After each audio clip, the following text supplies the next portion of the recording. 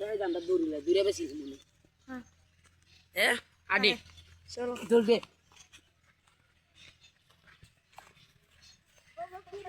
দৌড়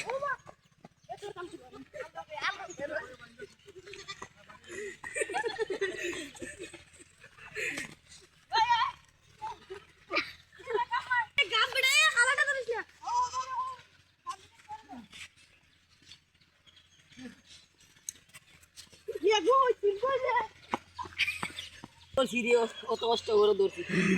এখন তো পাইকার একটা লাগবে পাইকার একটা লাগবো আমরা দাও বললাম